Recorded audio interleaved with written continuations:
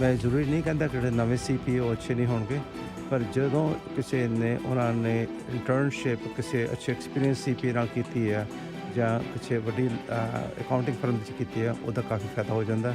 ਪਰ ਜ਼ਰੂਰੀ ਗੱਲ ਹੈ ਕਿ ਤੁਸੀਂ CPA ਨੂੰ ਉਹਦੀ ਪ੍ਰੀ ਕੁਆਲੀਫਿਕੇਸ਼ਨ ਜ਼ਰੂਰ ਦੇਖੋਗੇ ਕਿ ਤੁਹਾਡੇ ਕੋਲ ਇਨਵੈਸਟਮੈਂਟ ਪ੍ਰਾਪਰਟੀ ਹੈਗੀਆਂ ਔਰ ਤੁਸੀਂ ਕਿੰਨੇ ਚਿਰ ਤੋਂ ਸਿਰਫ ਆਪਣੇ ਪ੍ਰਿੰਸੀਪਲ ਰੈਜ਼ੀਡੈਂਸ ਆਪਣੇ ਨਾਂ ਤੋਂ ਲਵੋ।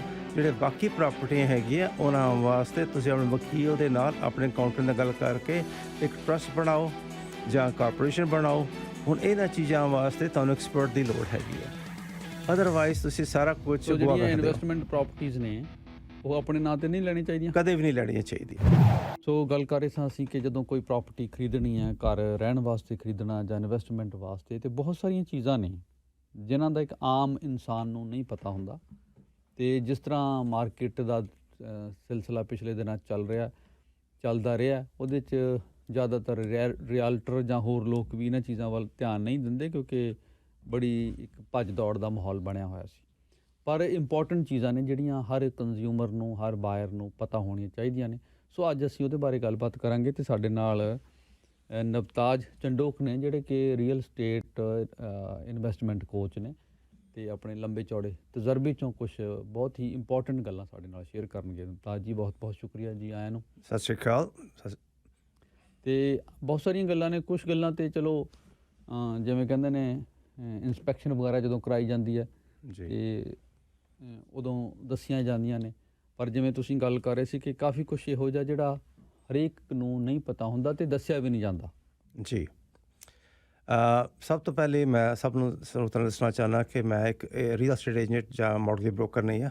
ਮੇਰਾ ਕੰਮ ਹੈ ਸਿਰਫ ਐਜੂਕੇਸ਼ਨ ਪ੍ਰੋਵਾਈਡ ਕਰਨਾ। ਅਤੇ ਸਿੰਪਲ ਜੀ ਮੈਂ ਤੁਹਾਨੂੰ ਦੋ ਗੱਲਾਂ ਦੱਸਣੀ ਚਾਹੁੰਦਾ ਕਿ ਕੈਨੇਡਾ ਦੇ ਵਿੱਚ ਆਮ ਜਨਤਾ, ਆਮ ਲੋਕ ਜਿਹੜੇ ਹੈਗੇ ਆ, ਉਹ ਜਦੋਂ ਪੈਸਾ ਕਮਾਉਂਦੇ ਆ ਉਹਨਾਂ ਦੇ ਵਿੱਚੋਂ 30 to 50% ਟੈਕਸਾਂ ਚਲੇ ਜਾਂਦਾ, 40% ਤੋਂ ਲੈ ਕੇ 30% ਤੋਂ 40% ਘਰਾਂ ਦਾ ਖਰਚਾ ਚਲੇ ਜਾਂਦਾ। ਹੁਣ ਇਹ ਸਭ ਨੂੰ ਵੱਡਾ ਸਾਡਾ ਕਰਜ਼ਾ ਹੁੰਦਾ, ਉਹ ਹੁੰਦਾ ਘਰ ਦਾ।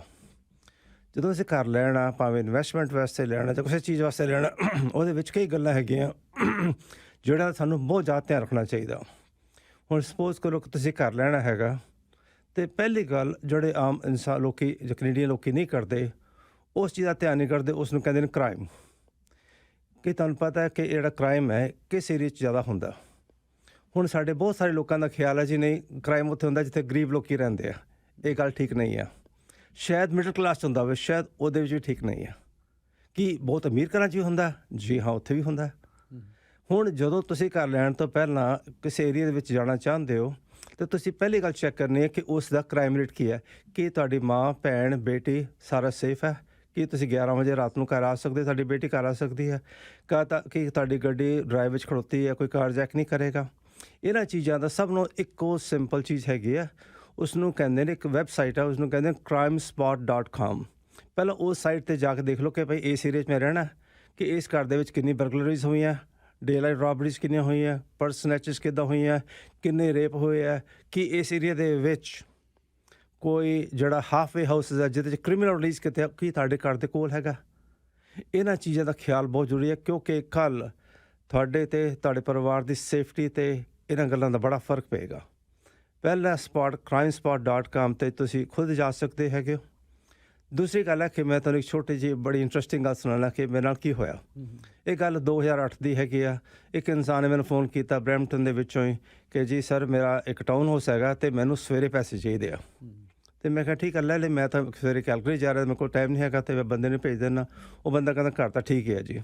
ਉਸ ਟਾਈਮ 'ਤੇ ਉਹ ਘਰ ਦੀ ਕੀਮਤ ਮੇਰੇ ਖਿਆਲ 2070 ਸੀ। ਮੈਨੂੰ ਕਹਿੰਦਾ 1,40,000 ਦੇ ਦਿਓ। ਅਤੇ ਮੈਂ ਕਿਹਾ ਚਲੋ ਠੀਕ ਹੈ। ਮੈਂ ਚਲਾ ਗਿਆ ਅਤੇ ਮੈਨੂੰ ਕੁਛ ਧਿਆਨ ਨਹੀਂ ਕੀਤਾ। ਉਹ ਮੈਂ ਘਰ ਲੈ ਕੇ ਵੇਚ ਦਿੱਤਾ। ਵੇਚਣ ਤੋਂ ਪਹਿਲਾਂ ਥੋੜ੍ਹੇ ਦਿਨ ਪਹਿਲਾਂ ਇੰਸਪੈਕਸ਼ਨ ਹੋਣੀ ਸੀ ਅਤੇ ਮੈਨੂੰ ਅਗਲੇ ਦਿਨ ਪੁਲਿਸ ਦਾ ਫੋਨ ਆ ਗਿਆ। ਇੱਕ ਪਾਸੇ ਪੁਲਿਸ ਦਾ ਫੋਨ ਹੈ ਅਤੇ ਦੂਜੇ ਪਾਸੇ ਫਾਇਰ ਡਿਪਾਰਟਮੈਂਟ ਦਾ ਕਿ ਭਾਈ ਤੇਰੇ ਜਿਹੜਾ ਬਰੈਂਪਟਨ ਜਿਹੜਾ ਘਰ ਹੈਗਾ ਉਹਨੂੰ ਘਰ ਨੂੰ ਅੱਗ ਲੱਗ ਗਈ ਆ। ਮੈਂ ਬੜਾ ਹੈਰਾਨ ਵੀ ਕੀ ਚੱਕਰ ਹੋ ਗਿਆ। ਕਹਿੰਦੇ ਜੀ ਤੁਸੀਂ ਇੱਥੇ ਹੁਣੇ ਸੀਨ 'ਤੇ ਪਹੁੰਚੋ। ਠੀਕ ਹੈ। ਉਹ ਮੈਂ ਜਦੋਂ ਜਾ ਰਿਹਾ ਸੀ ਅਤੇ ਉਹਨਾਂ ਦੇਖਿਆ ਕਿ ਪੁਲਿਸ ਵਾਲਿਆਂ ਨੇ ਨਾ ਉਹ ਏਰੀਏ ਨੂੰ ਬਲੋਕ ਕੀਤਾ ਹੋਇਆ ਸੀ। ਉਹ ਪੁਲਿਸ ਵਾਲੇ ਮੈਨੂੰ ਕਹਿੰਦਾ ਤੂੰ ਕਿੱਥੇ ਜਾ ਰਿਹਾ? ਮੈਂ ਕਿਹਾ ਜੀ ਉੱਧਰ। ਕਹਿੰਦਾ ਬੜੇ ਧਿਆਨ ਨਾਲ ਮੈਂ ਦੇਖਿਆ। ਮੈਂ ਕਿਹਾ ਇਹ ਕੀ ਗੱਲ ਹੈ ਤੈਨੂੰ? ਕਹਿੰਦਾ ਜਿਹੜਾ ਉਹ ਘਰ ਹੈ। ਮੈਂ ਹਾਂਜੀ। ਕਹਿੰਦਾ ਉਹ ਘਰ ਤੇਰਾ ਤਾਂ ਨਹੀਂ ਹੈਗਾ? ਮੈਂ ਕਿਹਾ ਜੀ ਮੈਂ ਹਫ਼ਤਾ ਪਹਿਲਾਂ ਲਿਆ। ਉਹਨੇ ਸਿਰ ਤੇ ਹੱਥ ਮਾਰਿਆ। ਮੈਂ ਕਿਹਾ ਕੀ ਹੋ ਗਿਆ? ਕਹਿੰਦਾ ਜੀ ਇੱਕ ਗੱਲ ਸੁਣ ਲਓ, ਬਰੈਂਪਟਨ ਦੇ ਵਿੱਚ ਘਰ ਲੈਣ ਤੋਂ ਪਹਿਲਾਂ ਕਿਸੇ ਪੁਲਿਸ ਅਫਸਰ ਨੂੰ ਪੁੱਛ ਲਿਆ ਕਰੋ। ਇਹ ਘਰ ਕਿਸੇ ਡਰੱਗ ਡੀਲਰ ਦਾ ਸੀ ਅਤੇ ਇਸ ਦੇ ਉੱਤੇ ਕਾਫੀ ਅਸੀਂ ਇਸ ਘਰ ਦੇ ਵਿੱਚ ਕਾਫੀ ਆਉਂਦੇ ਜਾਂਦੇ ਰਹਿੰਦੇ ਹਾਂ, ਸਾਨੂੰ ਪਤਾ ਹੈਗਾ। ਤੁਸੀਂ ਚੰਗੀ ਗੱਲ ਹੈ ਕਿ ਤੁਸੀਂ ਘਰ ਵਿੱਚ ਨਹੀਂ ਹੈਗੇ ਸੀ, ਨਹੀਂ ਤਾਂ ਤੁਹਾਡਾ ਵੀ ਬਾਰਬੀਕਿਊ ਹੋ ਜਾਣਾ ਸੀ। ਹੁਣ ਇਹ ਛੋਟੀ ਜਿਹੀ ਗੱਲ ਹੈ ਕਿ ਜਿਸ ਆਮ ਇਨਸਾਨ ਨੂੰ ਨਹੀਂ ਪਤਾ ਇਸ ਚੀਜ਼ਾਂ ਦਾ, ਕਿ ਜੇ ਤੁਸੀਂ ਇੱਕ ਲੋਕਲ ਪੁਲਿਸ ਆਫਿਸਰ ਨੂੰ ਪੁੱਛ ਲੈਂਦੇ ਹੋ ਕਿ ਬਈ ਮੇਰੇ ਛੋਟੇ ਬੱਚੇ ਹੈਗੇ ਆ, ਮੈਂ ਸੇਫਟੀ ਚਾਹੁੰਦਾ ਹੈਗਾ, ਕਿ ਏਰੀਆ ਠੀਕ ਹੈਗਾ। ਹੁਣ ਇੱਕ ਪੁਲਿਸ ਆਫਿਸਰ ਸਾਰੇ ਕੈਨੇਡਾ ਦੇ ਵਿੱਚ ਜਿੱਥੇ ਮਰਜ਼ੀ ਹੋਵੇ, they like to serve the community, ਉਹਨਾਂ ਦੇ ਕੋਲ ਕਾਫੀ ਇਨਫੋਰਮੇਸ਼ਨ ਹੁੰਦੀ ਆ। ਉਹੀ ਇਨਫੋਰਮੇਸ਼ਨ crimespot.org 'ਤੇ ਤੁਹਾਨੂੰ ਮਿਲ ਜਾਂਦੀ ਆ। ਇਹ ਇੱਕ ਵੈਰੀ ਬੇਸਿਕ ਗੱਲ ਹੈਗੀ ਹੈ। ਭਾਵੇਂ ਤੁਸੀਂ ਇਨਵੈਸਟਮੈਂਟ ਪ੍ਰੋਪਰਟੀ ਲੈ ਰਹੇ ਹੋ, ਕਿਉਂਕਿ ਤੁਹਾਡੇ ਟੈਨੈਂਟ ਵੀ ਉਸ ਤਰ੍ਹਾਂ ਦੇ ਨਿਕਲਣਗੇ। ਹੁਣ ਕਈ ਥਾਵਾਂ 'ਤੇ ਅਸੀਂ ਜਾਣਦੇ ਹਾਂ ਕਿ ਸਾਰੇ ਸਾਡੀ ਬਿਲਡਿੰਗਾਂ ਦੇ ਵਿੱਚ ਸਾਰੇ ਬੰਦੇ ਵੈਲਫੇਅਰ 'ਤੇ ਆ। ਇਹ ਨਹੀਂ ਕਿ ਵੈਲਫੇਅਰ ਦੇ ਬੰਦੇ ਮਾੜੇ ਹੈਗੇ ਆ, ਪਰ ਉਹਦੇ 'ਚ ਵੀਅਰ ਟੀਅਰ ਜ਼ਿਆਦਾ ਹੋ ਜਾਂਦੀ ਹੈਗੀ ਆ। ਇਹ ਤਾਂ ਇੱਕ ਪਹਿਲੀ ਗੱਲ ਹੈਗੀ ਆ। ਜਦੋਂ ਦੂਸਰੀ ਗੱਲ ਦੇਖਣੀ ਹੈ ਕਿ ਜਦੋਂ ਤੁਸੀਂ ਕੋਈ ਵੀ ਪ੍ਰੋਪਰਟੀ ਲੈਣੀ ਆ, ਹੁਣ ਮਾਰਕਮ ਦੇ ਵਿੱਚ ਕਈ ਏਰੀਆ ਹੈਗੇ ਕਿ ਤੁਸੀਂ ਇੱਕ ਬਲਾਕ ਦੇ ਵਿੱਚ ਇੱਕ ਘਰ ਸਪੋਜ਼ ਕਰੋ 1.5 ਮਿਲੀਅਨ ਦਾ ਹੈ, ਤਾਂ ਉਹੀ ਘਰ ਉਹਦੇ ਨਾਲ ਦੇ ਬਲਾਕ 'ਚ 2 ਮਿਲੀਅਨ ਦਾ ਵਿਕ ਰਿਹਾ। ਉਹ 5 ਲੱਖ ਦਾ ਫਰਕ ਕਿਉਂ ਹੈ? ਨੰਬਰ ਇੱਕੋ ਗੱਲ ਹੈਗੀ ਹੈ ਕਿ ਸਕੂਲਿੰਗ ਦੀ ਰੇਟਿੰਗ ਬੜੀ ਵਧੀਆ ਉਸ ਏਰੀਏ ਦੀ। ਹੁਣ ਜਦੋਂ ਵੀ ਆਪਾਂ ਕੋਈ ਵੀ ਘਰ ਲੈਂਦੇ ਹਾਂ, ਉਹਦੇ ਵਿੱਚ ਸਕੂਲ ਦੀ ਰੇਟਿੰਗ ਦੇਖਣੀ ਬਹੁਤ ਜ਼ਰੂਰੀ ਹੈ। ਭਾਵੇਂ ਤੁਸੀਂ ਸਾਰੇ ਮਰਜ਼ੀ ਕੈਨੇਡਾ 'ਚ ਹੋਵੋ, ਕਿਉਂਕਿ ਕੱਲ੍ਹ ਤੁਹਾਡੇ ਬੱਚਿਆਂ ਦਾ ਭਵਿੱਖ ਹੈਗਾ। ਕਿਉਂਕਿ ਜਦੋਂ ਤੱਕ ਤੁਸੀਂ ਇਸ ਸਕੂਲ ਦੀ ਰੇਟਿੰਗ ਨਹੀਂ ਦੇਖਦੇ, ਉਦੋਂ ਤੱਕ ਲੱਗੇਗਾ ਨਹੀਂ ਸ਼ਾਇਦ ਮੈਂ ਇਹ ਗਲਤੀ ਕਰ ਲਈ ਹੈ। ਉਸ ਤੋਂ ਇਲਾਵਾ ਜਿਹੜੇ 2-3 ਗੱਲਾਂ ਹੋਰ ਹੈਗੀਆਂ, ਮੈਂ ਤੁਹਾਨੂੰ ਇੱਕ ਸਿੰਪਲ ਜਿਹੀ ਐਗਜ਼ਾਮਪਲ ਦੇਣਾ ਚਾਹਾਂਗਾ। ਮੈਂ ਇਹ ਗੱਲ 2-3 ਵਾਰੀ ਰਿਪੀਟ ਵੀ ਕਰਾਂਗਾ ਕਿ ਇਨਸਾਨ 2 ਤਰ੍ਹਾਂ ਕੰਮ ਸਿੱਖਦਾ, ਇੱਕ ਤਾਂ ਗਲਤੀਆਂ ਕਰਕੇ ਅਤੇ ਜਾਂ ਕਿਸੇ ਤੋਂ ਸਿੱਖ ਕੇ।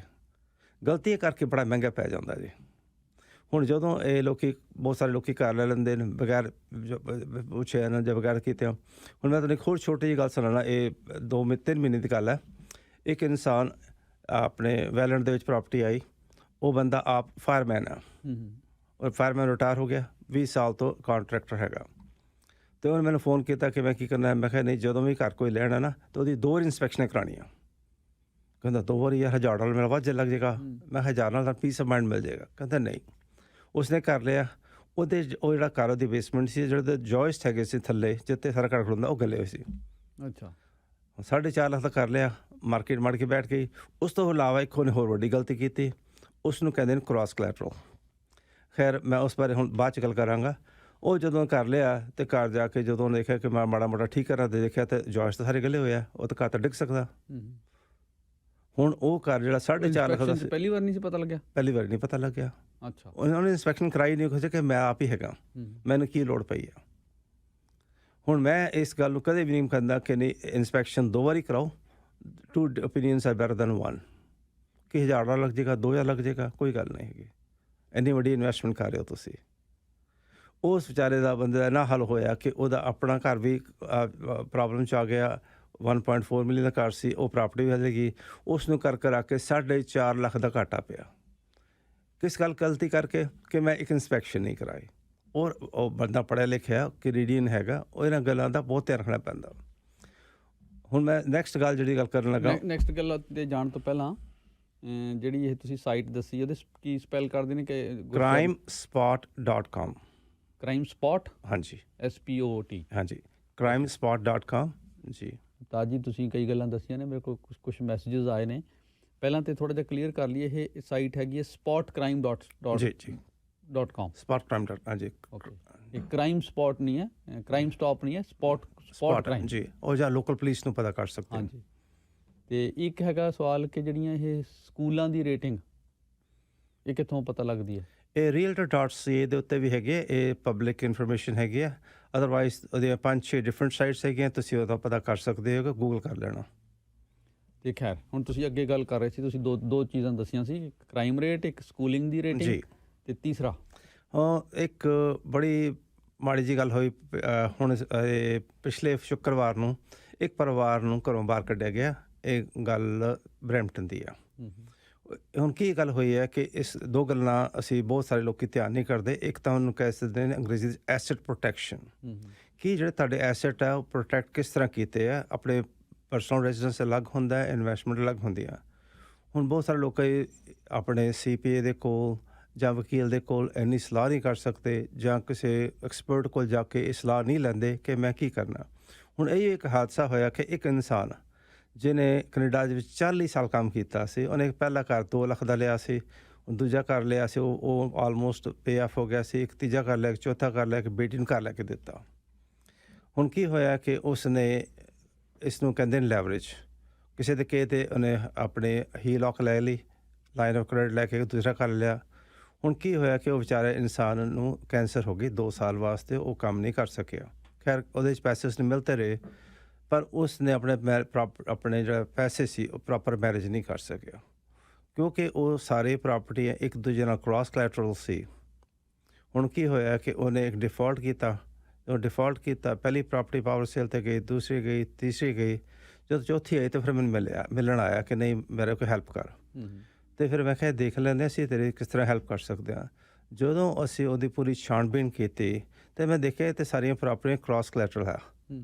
ਹੁਣ ਸਭ ਨੂੰ ਵੱਡਾ 2 ਦੇ ਉੱਤੇ ਹਾਦਸੇ ਹੋਣਗੇ। ਇੱਕ ਤਾਂ ਉਹ ਵਿਚਾਰਾ ਘਰੋਂ ਬਾਹਰ ਹੋ ਜਾਏਗਾ ਅਤੇ ਉਹ ਬਗੈਰ ਜ਼ੀਰੋ ਤੋਂ ਸ਼ੁਰੂ ਕਰੇਗਾ।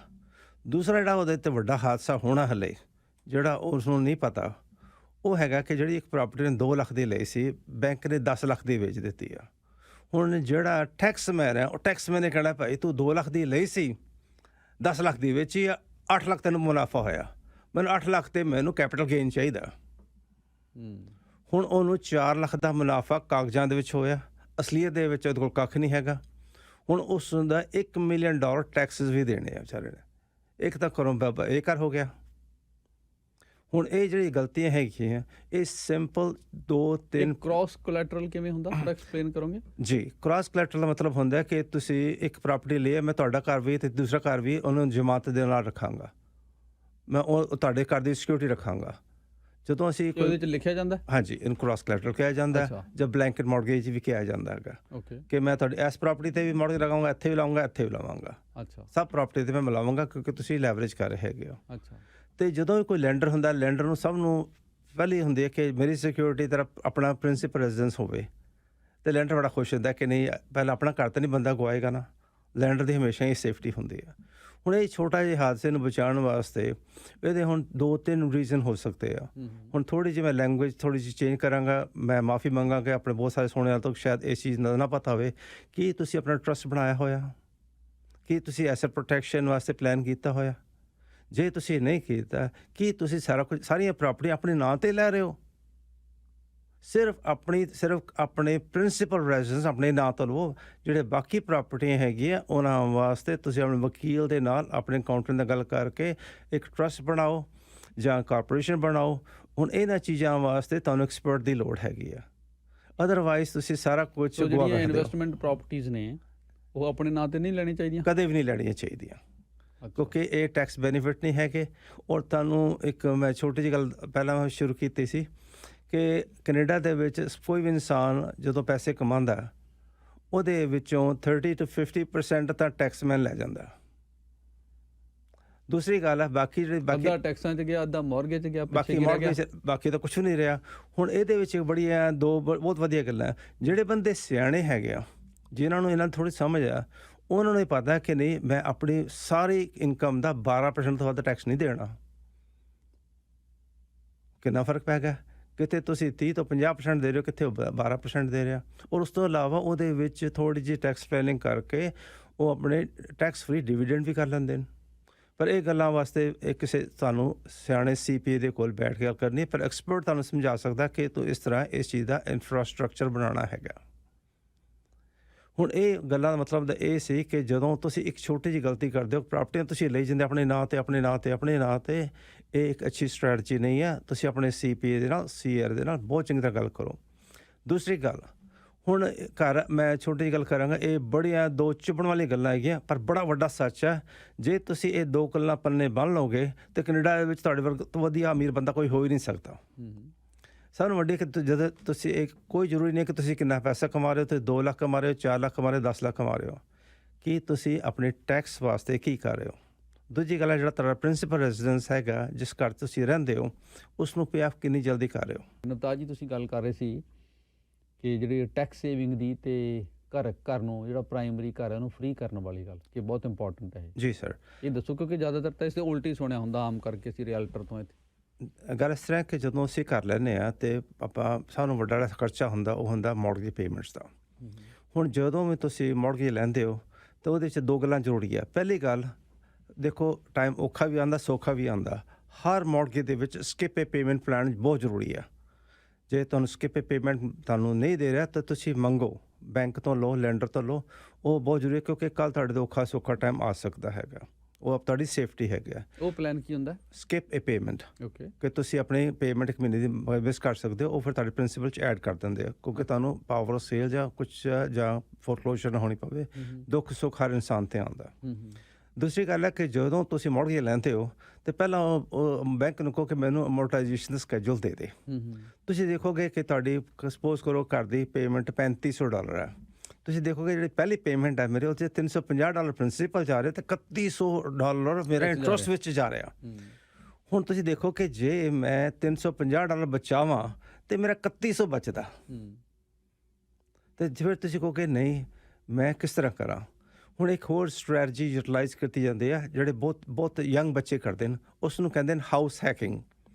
ਹੁਣ ਹਾਊਸ ਹੈਕਿੰਗ 'ਚ ਕੀ ਹੈ ਕਿ ਅੱਜ ਕੱਲ੍ਹ ਦੇ ਜਿਹੜੇ ਨਵੀਂ ਜਨਰੇਸ਼ਨ ਆ ਉਹ ਬਹੁਤ ਸਿਆਣੀ ਆ। ਉਹ ਮੈਨੂੰ ਬੜਾ ਚੰਗਾ ਲੱਗਦਾ ਉਹਨਾਂ ਨੂੰ ਪੜ੍ਹਾਉਣਾ ਸਮਝਾਉਣਾ। ਔਰ ਉਹ ਛੋਟੀ ਉਮਰ ਦੇ ਵਿੱਚ ਹੀ 25-30 ਸਾਲ ਦੀ ਉਮਰ ਦੇ ਵਿੱਚ ਘਰ ਲੈ ਕੇ ਪੇਆਫ ਵੀ ਕਰ ਦਿੰਦੇ ਨੇ ਔਰ ਘਰ ਦੇ ਵਿੱਚ ਫ੍ਰੀ ਰਹਿੰਦੇ ਨੇ।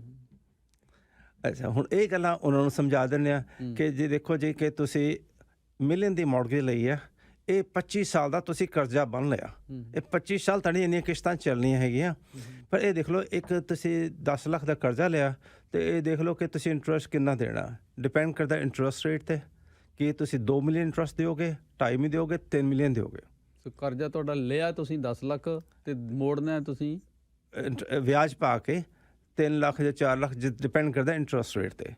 ਹੁਣ ਜਦੋਂ ਤੁਸੀਂ ਬੰਦੇ ਨੂੰ ਸਮਝਾਉਂਦੇ ਹੋ ਕਿ ਤੇਰੇ 'ਤੇ ਇੰਨਾ ਕਰਜ਼ਾ, ਫਿਰ ਬੰਦਾ ਕਹਿੰਦਾ ਨਹੀਂ ਹੁਣ ਮੈਨੂੰ ਸਮਝਾਓ ਕਿ ਇਸ ਕਰਜ਼ੇ ਨੂੰ ਮੈਂ ਜਲਦੀ ਤੋਂ ਜਲਦੀ ਕਿਸ ਤਰ੍ਹਾਂ ਉਤਾਰਾਂ। ਹੁਣ ਇੱਕ ਪਾਸੇ ਜਿਹੜੇ ਬੈਂਕ ਹੈਗੇ ਨੇ ਉਹ ਬੈਂਕ ਇੱਕ ਪ੍ਰੋਡਕਟ ਕਰਦੇ ਨੇ, ਉਸ ਨੂੰ ਕਹਿੰਦੇ ਨੇ ਕੋਲੈਟਰਲ ਮੌਰਗੇਜਸ। ਉਹਦੇ 'ਚ ਕੀ ਕਰਦੇ ਨੇ ਕਿ ਤੁਸੀਂ 10 ਲੱਖ ਦਾ ਘਰ ਲਿਆ ਅਤੇ ਤੁਸੀਂ 2 ਲੱਖ ਦੀ 8 ਲੱਖ ਦੀ ਤੁਹਾਡੀ 8 ਲੱਖ ਦੀ ਮੌਰਗੇਜ ਉਹ ਤੁਹਾਡੇ 15 ਲੱਖ ਦਾ ਉੱਤੇ ਮੌਰਗੇਜ ਰਜਿਸਟਰ ਕਰਦੇ ਕਿ ਨਹੀਂ ਭਾਈ ਜਦੋਂ ਤੇਰੀ ਐਕੁਇਟੀ ਵਧੀ ਜਾਏਗੀ ਅਸੀਂ ਤੇਰੀ ਲਾਈਨ ਆਫ ਕ੍ਰੈਡਿਟ ਵਧਾ ਦਿਆਂਗੇ। ਉਹ ਬੈਂਕ ਇਸ ਕਰਕੇ ਕਰਦੇ ਨੇ ਕਿ ਠੀਕ ਹੈ ਜੀ ਕਿ ਤੁਹਾਡਾ ਇੱਕੋ ਵਾਰੀ ਸਾਨੂੰ ਲੀਗਲ ਖਰਚਾ ਨਹੀਂ ਆਏਗਾ, ਅਸੀਂ ਤਾਂ ਪ੍ਰਾਪਰਟੀ ਬਾਰੇ ਜਾਣਦੇ ਹਾਂ ਅਤੇ ਉਹਨਾਂ ਨੂੰ ਹੁੰਦਾ ਕਿ ਸਾਡੀ ਲਾਇਲਟੀ ਹੋਏਗੀ ਕਿ ਸਾਡਾ ਕਸਟਮਰ ਕਿਧਰ ਨਹੀਂ ਜਾਏਗਾ। ਪਰ ਉਹਦਾ ਇੱਕ ਫਾਇਦਾ ਅਤੇ ਨੁਕਸਾਨ ਇਹ ਹੈਗਾ ਕਿ ਫਾਇਦਾ ਇਹ ਹੈਗਾ ਕਿ ਉਹਦੇ ਵਿੱਚ ਜਿਹੜੀ ਤੁਹਾਡੀ ਐਕੁਇਟੀ ਹੁੰਦੀ ਹੈ ਬਹੁਤ ਸਾਰੇ ਲੋਕ ਉਸ ਐਕੁਇਟੀ ਨੂੰ ਯੂਟੀਲਾਈਜ਼ ਕਰਨਾ ਸ਼ੁਰੂ ਕਰ ਦਿੰਦੇ ਆ। ਪਰ ਉਹਨਾਂ ਨੂੰ ਇਹ ਰਿਅਲਾਈਜ਼ ਨਹੀਂ ਕਰਦੇ ਕਿ ਦੇਖੋ ਦੋ ਪ੍ਰਿੰਸੀਪਲ ਆ। ਜਦੋਂ ਵੀ ਕੋਈ ਕ੍ਰੈਡਿਟ ਕਾਰਡ ਹੈ, ਲਾਈਨ ਆਫ ਕ੍ਰੈਡਿਟ ਹੈ, ਜੇ ਉਸ ਦਾ 60% ਤੋਂ 66% ਉੱਤੋਂ ਯਾਦ ਕਰੋਗੇ ਤਾਂ ਤੁਹਾਡਾ ਕ੍ਰੈਡਿਟ ਸਕੋਰ ਥੱਲੇ ਆਉਣਾ ਸ਼ੁਰੂ ਹੋ ਜਾਏਗਾ। ਦੂਜੀ ਗੱਲ ਹੈ ਤੁਸੀਂ ਉਹ ਜਿਹੜੀ ਪੈਸਾ ਹੈਗਾ ਉਸ ਨੂੰ ਥੋੜ੍ਹਾ ਸੇਫਟੀ ਨੈਟ ਵਾਸਤੇ ਰੱਖੋ, ਐਮਰਜੈਂਸੀ ਫੰਡ ਵਾਸਤੇ ਰੱਖੋ। ਹੁਣ ਜਦੋਂ ਅਸੀਂ ਮੌਰਗੇਜ ਪੇਮੈਂਟ ਨੂੰ ਧਿਆਨ ਨਾਲ ਦੇਖਦੇ ਹਾਂ ਅਤੇ ਕਹਿੰਦੇ ਯਾਰ ਕਿ ਇੰਨੀ ਪੇਮੈਂਟ ਹੈਗੀ ਹੈ 25 ਸਾਲਾਂ ਦੇ ਬਾਅਦ ਮੇਰੀ ਇੰਨੀ ਹਮੇਸ਼ਾ ਹੀ ਜੇ ਇੰਟਰਸਟ ਰੇਟ ਇੰਨਾ ਰਵੇ ਇੰਨੀ ਪੇਮੈਂਟ 25 ਸਾਲਾਂ ਦੀ ਮੈਂ ਤਾਂ ਇੰਨਾ ਵੱਡਾ ਕਰਜ਼ਾ ਚੁੱਕ ਲਿਆ, ਇਸ ਨੂੰ ਮੈਂ ਜਲਦੀ ਤੋਂ ਜਲਦੀ ਕਿੱਦਾਂ ਪੇ ਕਰ ਸਕਦਾ। ਹੁਣ ਇਹਦੇ ਵਿੱਚ ਇੱਕ ਕਹਿੰਦੇ ਨੇ ਐਕਸਲਰੇਸ਼ਨ, ਇੱਕ ਹੁੰਦਾ ਕਿ ਪ੍ਰੀ ਪੇਮੈਂਟ ਪ੍ਰਿਵਿਲੇਜ ਹੁੰਦੀਆਂ 10+10 ਹੁੰਦੀਆਂ। ਜਦੋਂ ਤੁਸੀਂ ਇਸ ਨੂੰ ਥੋੜ੍ਹਾ ਜਿਹਾ ਬਰੀਕੀ ਨਾਲ ਬੈਠ ਕੇ ਸਮਝਣਾ ਸ਼ੁਰੂ ਕਰਦੇ ਹੋ ਫਿਰ ਤੁਸੀਂ ਸੋਚਦੇ ਕਿ ਨਹੀਂ ਕਿ ਮੈਂ ਆਪਣੀ ਇਨਕਮ ਕਿਸ ਤਰ੍ਹਾਂ ਵਧਾਵਾਂ ਅਤੇ ਜਿਹੜਾ ਇਹ ਕਰਜ਼ਾ ਹੈਗਾ ਜਿਹੜਾ ਇੰਨਾ ਵੱਡਾ ਇੰਟਰਸਟ ਹੈ ਮੈਂ ਇਸ ਨੂੰ ਕਿਸ ਨਾਲ ਘਟਾਵਾਂ। ਹੁਣ ਬਹੁਤ ਸਾਰੇ ਮੌਰਗੇਜ ਬ੍ਰੋਕਰ ਬਹੁਤ ਜ਼ਿਆਦਾ ਸਿਆਣੇ ਹੈਗੇ ਆ, ਬੈਂਕਰ ਵੀ ਸਿਆਣੇ ਹੈਗੇ ਆ।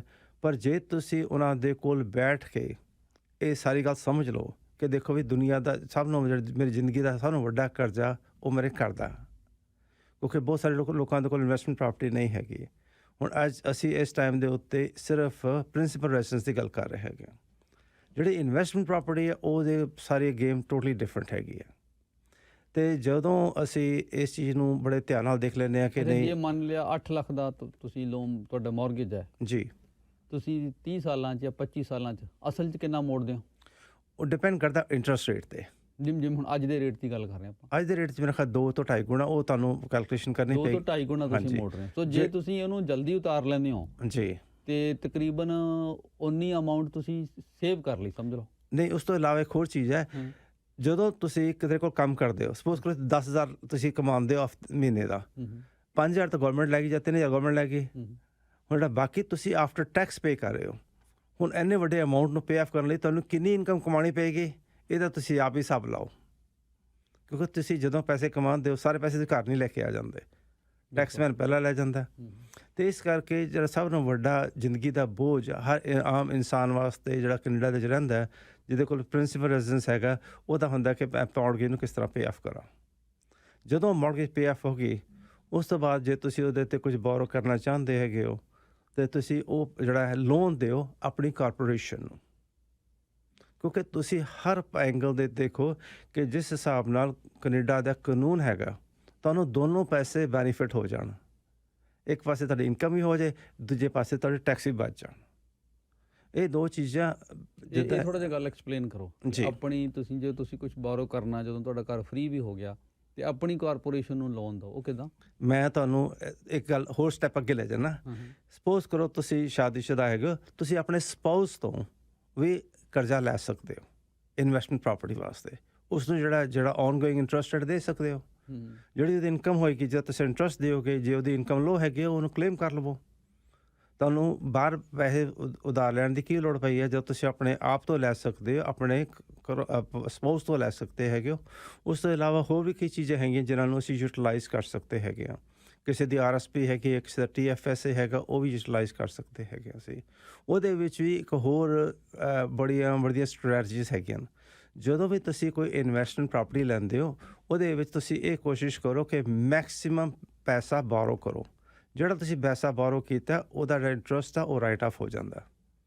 ਉਸ ਤੋਂ ਇਲਾਵਾ ਇੱਕ ਹੋਰ ਵਧੀਆ ਸਟ੍ਰੈਟਜੀ ਹੈ। ਇਹ ਦੁਬਾਰਾ ਦੱਸੋ ਗੱਲ ਹੈ ਜੀ। ਜਿਹੜਾ ਤੁਸੀਂ ਬੋਰੋ ਕੀਤਾ ਉਹਦਾ ਇੰਟਰਸਟ ਆਫ ਰੇਟ, ਜਿਹੜਾ ਵੀ ਤੁਸੀਂ ਪੈਸਾ ਬੋਰੋ ਕੀਤਾ ਇਨਵੈਸਟਮੈਂਟ ਪ੍ਰਾਪਰਟੀ ਵਾਸਤੇ, ਜਿਹੜਾ ਉਹਦਾ ਵਿਆਜ ਪਏਗਾ ਉਹ ਤੁਹਾਡਾ ਟੈਕਸ ਡਿਡਕਟੇਬਲ ਹੋ ਜਾਂਦਾ। ਜਿਹੜੇ ਘਰ ਦੀ ਮੌਰਗੇਜ ਉਹ ਟੈਕਸ ਡਿਡਕਟੇਬਲ ਨਹੀਂ ਹੁੰਦੀ। ਓਕੇ ਜੀ। ਸੋ ਜਿਹੜਾ investment property the rate of interest ਹੈ ਉਹ ਰਾਈਟ ਆਫ ਹੋ ਜਾਂਦਾ 100, ਕਿਉਂਕਿ ਉਹਦੀ ਇਨਕਮ ਹੁੰਦੀ ਹੈ। ਓਕੇ। ਕਿਉਂਕਿ ਉਹ ਇੱਕ ਬਿਜ਼ਨਸ ਹੋ ਗਿਆ। ਕਿਉਂਕਿ ਜੇ ਤੁਸੀਂ ਇਨਵੈਸਟਮੈਂਟ ਪ੍ਰਾਪਰਟੀ ਲਈ ਹੈ, ਤੁਸੀਂ created business to generate profit, ਅਤੇ ਜਿੰਨੇ ਉਹਦੇ ਖਰਚੇ ਆਉਣਗੇ ਉਹ ਸਾਰੇ ਰਾਈਟ ਆਫ ਹੈਗੇ ਆ। ਅਸੀਂ ਇੱਕ ਹੋਰ ਸਟ੍ਰੈਟਜੀ ਬੜੀ ਯੂਟੀਲਾਈਜ਼ ਕਰਦੇ ਹਾਂ, ਤੁਹਾਡੇ ਸੁਣਨ ਵਾਲਿਆਂ ਨੂੰ ਬੜਾ ਅੱਛਾ ਲੱਗੇਗਾ। ਉਸ ਨੂੰ ਕਹਿੰਦੇ ਨੇ ਬਲੂਨ ਪੇਮੈਂਟਸ। ਹੁਣ ਕੀ ਕਰਨਾ ਚਾਹੁੰਦੇ ਹੋ ਤੁਸੀਂ ਕਿ ਤੁਸੀਂ ਟੈਕਸ ਰਾਈਟ ਆਫ ਪਹਿਲਾਂ ਕਰ ਦਿੰਦੇ ਹੋ, ਪੈਸੇ ਬਾਅਦ 'ਚ ਦੇਵਾਂਗੇ ਆਪਾਂ। ਹੁਣ ਕਿਸ ਤਰ੍ਹਾਂ ਕਰਦੇ ਹੋ ਕਿ ਤੁਸੀਂ ਸਪੋਜ਼ ਕਰੋ ਤੁਸੀਂ ਇੱਕ ਇਨਵੈਸਟਮੈਂਟ ਪ੍ਰਾਪਰਟੀ ਲਈ ਆ, 10 ਲੱਖ ਦੀ ਪ੍ਰਾਪਰਟੀ ਲਈ ਆ, ਤੁਸੀਂ ਉਹਦੇ 'ਚ ਆਪਣਾ ਕੋਈ ਪੈਸਾ ਨਹੀਂ ਪਾਇਆ। 8 ਲੱਖ ਦਾ ਬੈਂਕ ਤੋਂ ਲਿਆ, 2 ਲੱਖ ਦਾ ਕਿਸੇ ਦੀ RSP ਤੋਂ ਲੈ ਲਿਆ। ਤੁਸੀਂ ਕਿਹਾ ਵੀ ਤੈਨੂੰ ਮੈਂ 10% ਵਿਆਜ ਦਿਆਂਗਾ, ਪਰ ਇੱਕ ਸ਼ਰਤ ਹੈ ਕਿ ਮੈਂ ਤੈਨੂੰ ਮਹੀਨੇ ਦੇ ਪੈਸੇ ਨਹੀਂ ਦੇਣੇ, ਮੈਂ 5 ਸਾਲ ਬਾਅਦ ਇੱਕ ਵਾਰੀ ਵਿਆਜ ਦੂੰਗਾ ਸਾਰਾ।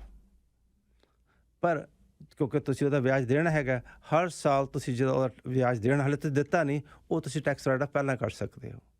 ਇਹ ਬਲੂਨ ਪੇਮੈਂਟ ਦੇ ਬੜੇ ਫਾਇਦੇ ਨੇ।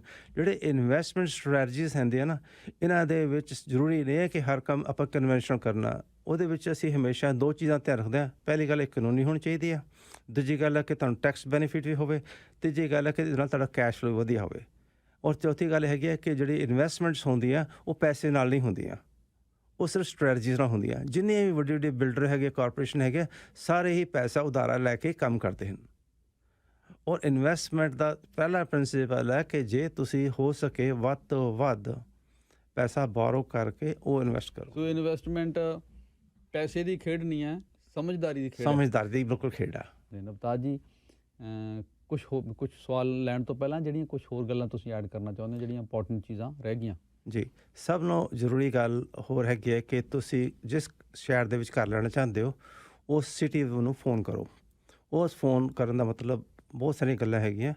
ਉਹਦੇ ਵਿੱਚ ਅੱਜ ਕੱਲ੍ਹ ਕੈਨੇਡਾ ਦੇ ਵਿੱਚ ਤੁਹਾਨੂੰ ਪਤਾ ਹੈ ਕਿ ਘਰਾਂ ਦੀ ਸ਼ਾਰਟੇਜ ਹੈਗੀ ਹੈ, ਅਤੇ ਗੌਰਮੈਂਟ ਅਲਾਓ ਕਰੀ ਹੈ ਕਿ ਤੁਸੀਂ ਆਪਣਾ ਜਿਹੜਾ ਘਰ ਹੈਗਾ ਉਹਦੇ ਵਿੱਚ ਕੀ ਤੁਸੀਂ ਐਡੀਸ਼ਨਲ ਯੂਨਿਟ ਪਾ ਸਕਦੇ ਹੋ, ਕਿ ਬੇਸਮੈਂਟ ਅਪਾਰਟਮੈਂਟ ਪਾ ਸਕਦੇ ਹੋ, ਕੀ ਤੁਸੀਂ ਘਰ ਦੇ ਪਿੱਛੇ ਟਾਈਨੀ ਹਾਊਸ ਰੱਖ ਸਕਦੇ ਹੋ, ਕਿ ਉਹਦੇ ਵਾਸਤੇ ਤੁਹਾਨੂੰ ਗੌਰਮੈਂਟ 50,000 ਗ੍ਰਾਂਟ ਦੇ ਰਹੀ ਹੈ।